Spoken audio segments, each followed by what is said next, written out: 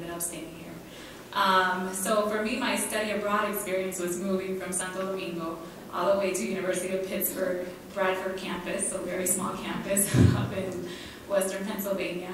And so I think that student experience really changed my perspective on diversity, and also it really put me in the path for higher education.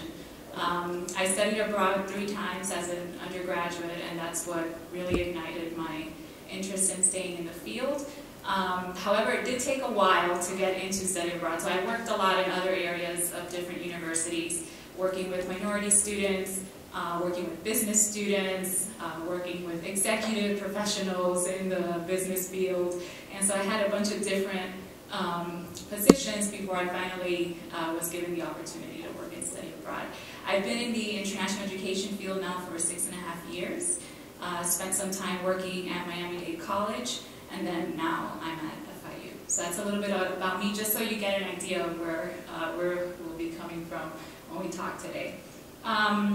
So FIU is a relatively young institution compared to many of the institutions that are represented in here today. It is the only public institution in South Florida right now. And we have about 44,000 students, and that's undergrad and grad. Most of them, of course, undergraduates. And then we are an HSI, and we serve about 60% Hispanic students at FIU. Financial aid is another big component for us. More than half of our students are receiving financial aid, so that has also played a really significant role for us as far as how things are changing for us with study abroad and with reaching out to our students of high financial need. Just so you have an idea of our demographics as far as students going abroad, the top majors are business, law, and architecture right now. Business is really taking the lead with that.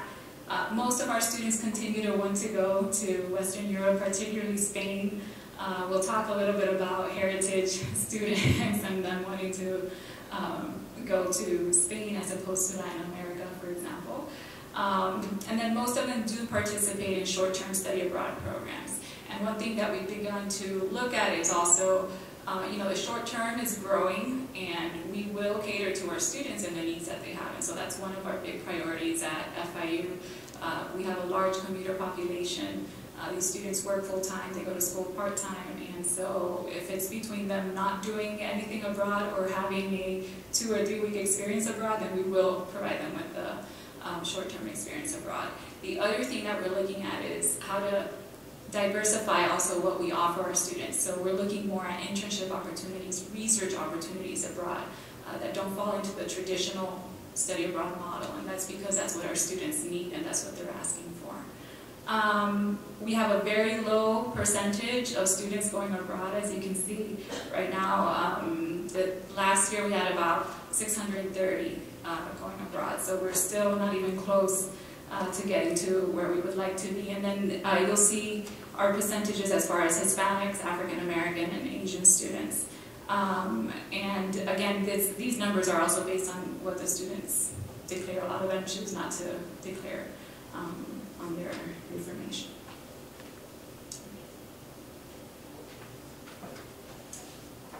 My name is Kenya Casey, and I am Associate Director of Study Abroad at Emory University. I've been there about 5.5 years. And just to give you a little background about me, I'm from Louisville, Kentucky. And I went to Clark Atlanta for my BA in Psychology and Howard University for my Master's in Social Work. And so my background is really different from a lot of my colleagues that I work with. Because of my social work background and just my life experience, and I remember during my interview, one of the questions that they asked me was, how did I feel working with the population that Emory serves, which is, it's not a predominantly Black institution, which is what I came from, and a lot of the students came from privileged background. And I told them, I said, well, I have a social work degree, so I think I'd be okay working with any population. But then also, my experience added value to the office because I was the only person in the office who took out student loans to go to college. I was the only person in the office who came from a single parent household. The only person in the office who came from a low income family and background, and so I saw things through a different lens. And so that has helped in the advising process to have someone in the office who comes from a very diverse and different background. And so when talking about reaching out to underrepresented students, I get really excited, so you may have to tell me to calm down a little bit, but I'm very passionate about what I do and working with underrepresented groups, specifically underrepresented ethnic and minority students. To give you a little background about Emory, it's a private institution. We have 7,000 undergraduates. A lot of times, on the website, they only disclose of the incoming population as it relates to race and ethnicity. So that's why I have the incoming class. To get the information is a bit challenging. So that's one of the things that we kind of struggle with.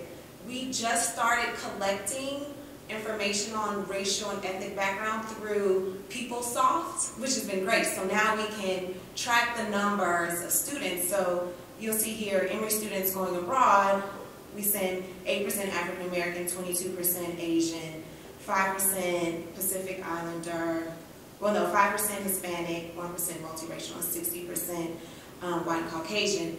And so it's kind of hard for us to compare because we have a program called the Minority Outreach Initiative. And so it's hard to compare what the numbers were before because we weren't collecting this data, and we'll talk about that later on. Of course, Europe is the most popular study abroad destination, but we've been able to diversify the locations by opening new programs in Africa and Asia, working more closely with faculty. So the numbers have increased. I mean, 6% seems kind of low, but it's an improvement from what it was.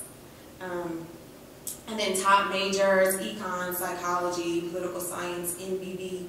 We're heavy in the sciences, so we've made an effort to work closely with faculty and encourage students to plan early on so that science majors can study abroad.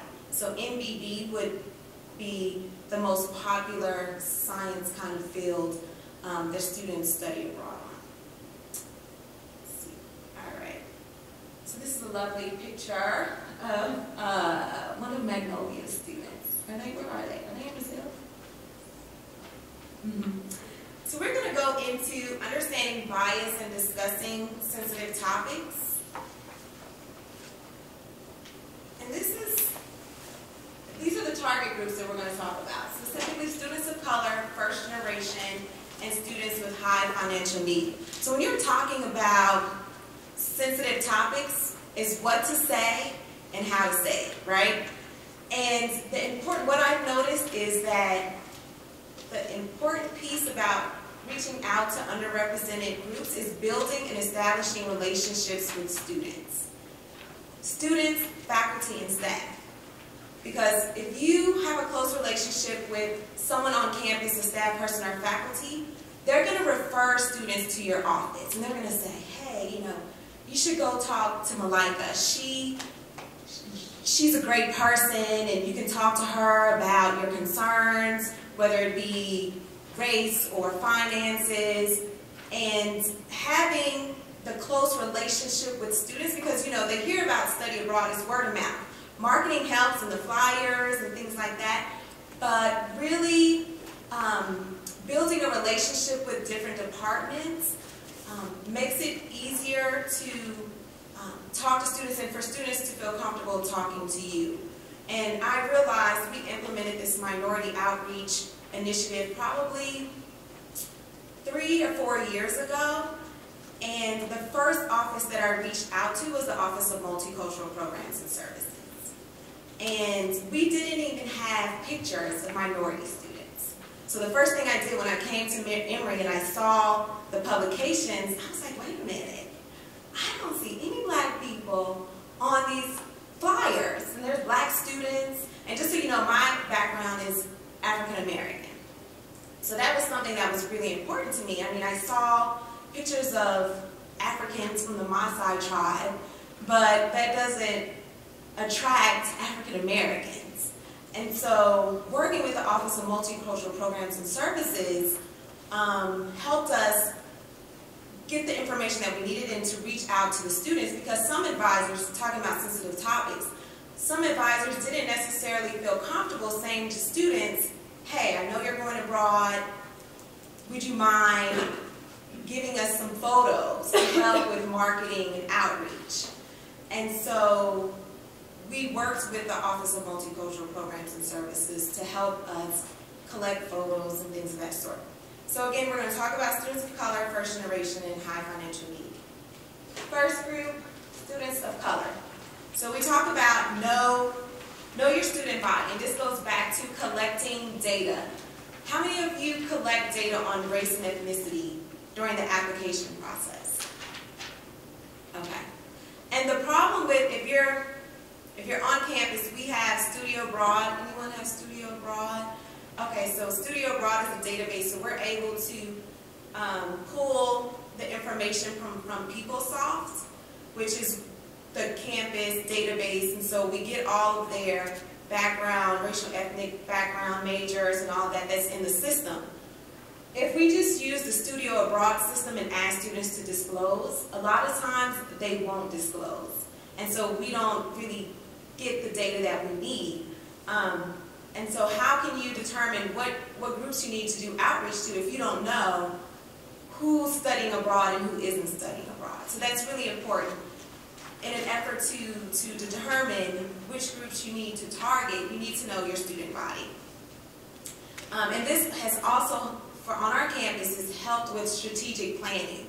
So when we went to the provost and said we need support, we need scholarships, we were able to show them the data, show them who's studying abroad and where they're going.